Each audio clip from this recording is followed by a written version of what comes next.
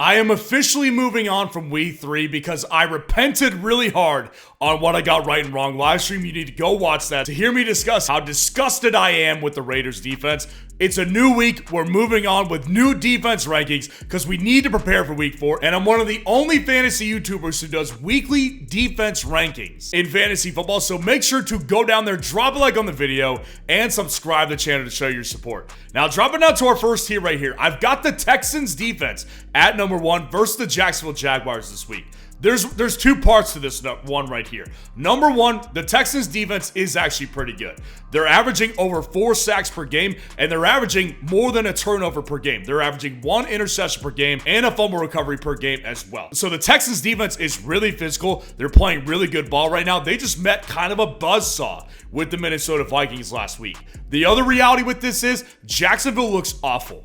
They just got absolutely bludgeoned to death by the Buffalo Bills in week 3, and I don't think this is going to be much better. The Texans defense is maybe not quite as good as the Buffalo Bills defense right now, but they're also very good, and the Jags just look like a broken, defeated team right now. So I'm going with what I see on tape with the Jacksonville Jaguars and what I see with the Texans on tape and from what the Texans are actually producing in fantasy football, which is not bad, not great, but I think this week it's going to be great. Number 2, the Pittsburgh Steelers at the Indianapolis Colts this week. Listen, I've got to get over it. The Steelers defense is really, really good. And I'm a Steelers fan. I'm just really hard on the Steelers because fantasy analysis comes first. And I do know the Steelers defense has always tended to be a streaky one in fantasy football. The reality is through 3 games, they've been one of the top defenses. 11.3 fantasy points per game because they're getting sacks. 3 sacks per game. They're also getting turnovers, over an interception per game. And they're also just playing really physical football. Now, there is one factor to this, which is that Alex Highsmith, their star pass rusher, alongside TJ Watt, he did get a groin pull in this game. So I don't know if he's playing this game, but either way, I don't really care. Anthony Richardson is so mistake prone. He's thrown 6 interceptions through the first 3 games. This is not a defense to take that kind of reckless play to, but the reality is, I don't think Anthony Richardson knows another way. I think Anthony Richardson is in line to get picked off another time or 2 in this game, and for the Steelers to come up with some sacks because they're just excellent blitzers, and the Steelers defense is playing with their hair on fire right now. Steelers defense is a great pick this week. The Chiefs defense rounds out this tier. At number 3, at the Los Angeles Chargers. Now listen, the Chiefs defense has obviously played some tough opponents over the first several weeks. Not tons of fantasy production, but they are a really good defense. If you watch the game against the Atlanta Falcons, they were the reason they won that game. They shut down the Falcons in key spots on Sunday night. Now, the other reason for this is because the Chargers have unfortunately suffered to the injury bug. They've got problems. It's not just Justin Herbert, who may very well miss that game against the Kansas City Chiefs, and if he misses it, that's terrible for the Chargers offense. It's also their 2 starting tackles may miss this game as well. Rashawn Slater did not return to that game with an injury he had, and then Joe Alt, MCL sprain. He's bound to miss time as well. 2 new starting tackles against Chris Jones in that front 7. Miss me on that. The Chargers are not winning this game, and I think the Chiefs come up with a bunch of sacks against potentially a number 2 backup quarterback. I love the Chiefs defense this week. Now, dropping down to our next tier right here, I've got the Saints defense at number 4 because they've been so freaking good in fantasy football. I don't know if they win this game by a comfortable amount. I don't know if they lose this game. I really don't know. What I know here is that the Saints are putting up fantasy production. 11 fantasy points per game, and they're averaging more than 3 sacks per game, more than 3.5 sacks per game, and they're being physical and getting turnovers here. So the Saints defense has been legit, man. The Eagles offense, that was a really close game. And the Eagles offense is just actually really good. Now, the Falcons offense, they're not bad either. I'm not saying the Falcons offense is bad. And a divisional matchup always is a little bit harder to tell what's going to happen here. But the Saints defense, the way they're playing right now, they're making life uncomfortable for every single quarterback. So I don't think that stops here with Kirk Cousins, even if it's in Atlanta, which it is. I've got the Saints defense here at number 4 because they're putting up numbers in fantasy football. The Jets defense at number 5 versus the Denver Broncos. Now, I will say, the Broncos offense actually showed signs of life. They beat the brakes off the Buccaneers. They actually looked good offensively. Bo Nix looks like he'd improved. But the reality is, if you take everything into account, the Broncos still have one of the worst turnover differentials in the entire league. So that's going to be a factor here in getting the Jets fantasy points because they've been struggling to get turnovers a little bit. It could be a week to do it versus a rookie quarterback here. Now again, the Jets defense actually did really well on Thursday night against the Patriots, mostly because they couldn't move the ball. The Broncos, aside from week 3, haven't been able to move the ball either. So was it a fluke week against a bad Tampa Bay defense, or is it the sign of Bo Nix improving? I'm going to go with the Jets defense this week because I think the Jets defense is better than the Buccaneers defense, and I think they'll throw some more curveballs at Bo Nix this week at home versus the Broncos. The Dolphins defense, rounding it out at number 6. Listen, the Dolphins defense has not been very good in fantasy this year. Not at all. Their defense, I said it from the get-go this year, they were going to take a downturn because they lost Vic Fangio as defensive coordinator.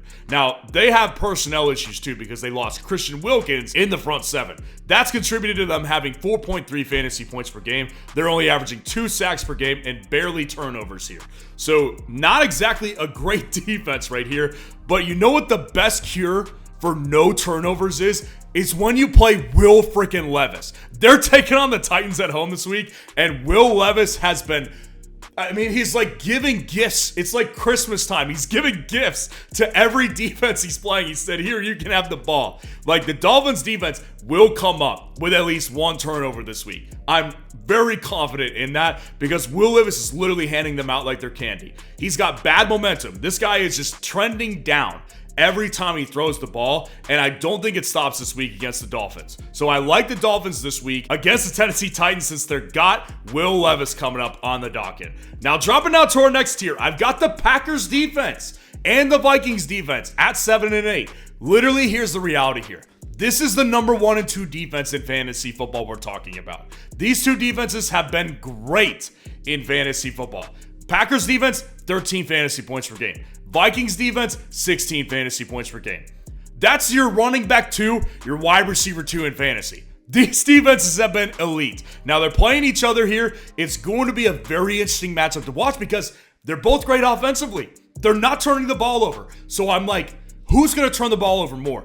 Now, here's the reason I put the Packers over the Vikings. Because with Sam Darnold, he is more mistake-prone and has been between the two Packers quarterbacks, whether it's Jordan Love or whether it's Malik Willis. They're playing safe with Malik Willis, and Jordan Love only threw a pick in the first game. So I do think the potential that a pick gets had by a defense is probably on the side with the Packers here. Jair Alexander has also been historically really good against Justin Jefferson. So what if you get a turnover? And what if you kind of take out the number 1 option in the Vikings offense, which is Justin Jefferson? I think the Packers have the edge in that regard. Now, the Vikings defense is great. Brian Flores is one of the best defense coordinators in the game, if not the very best right now. So I'm not ruling out the Vikings have a good performance as well and hold the Packers to a few points, especially if it's Malik Willis. That's why they're both inside the top 10, but I will say they're riskier plays, but they're obviously the number 1 and 2 defense in fantasy football, so one of them may be bound to have a good game. Now, rounding out this tier at number 9, I've actually got the Broncos defense against the New York Jets in New York. Listen, the Broncos defense has been really good in fantasy. Like, really good in fantasy. They're averaging over 3.5 sacks per game. They're playing really physical football. They're holding a lot of their opponents to very little points. They're just not getting a lot of offensive work done. Now, with the Jets, they did look good against the Patriots here. And I think they'll probably look good against the Broncos. But I don't think it's impossible that the Broncos get after Aaron Rodgers in this game. Listen, Morgan Moses, their starting right tackle, he's going to miss some time from that injury he sustained on Thursday night against the New England Patriots. And the Broncos defense has been aggressive getting after the quarterback. So even if the Broncos don't win this game, I think they could potentially have 4 or 5 sacks in this game and get you some good fantasy points. And that defense is really good. So if Pat Surtain can keep Garrett Wilson's production to a minimum, as he's done with every receiver besides George Pickens this year, I think the Denver Broncos defense could have a really decent week in fantasy this week. Now, dropping down to our last tier right here, I've got the Browns defense yet again because they're taking on the Raiders here. The Las Vegas Raiders are a mess. It may feel like a revenge ranking for some of you since I put the Raiders defense at number 1 last week. Maybe a little bit of that, but it's really mostly not because of that. The Raiders are a mess. They're making a quarterback change apparently this week. From Gardner Minshew to Aiden O'Connell. Yeah, not exactly Clash of the freaking Titans here. This has been my problem with the Raiders offense all year. Either way you go, it's not great fantasy production. And listen, the Browns haven't been great in fantasy either. They had a great opportunity against the Giants and they let it fumble through their hands. So I'm not saying the Browns have been great. Their top two guys have been kind of in and out of line. It's a little bit injured with Myles Garrett and Denzel Ward. So ultimately, it just comes down to a belief that they could get a turnover or two in this game against the Raiders here and probably keep the Raiders to minimal points because the Raiders offense is just a jumbled mess right now.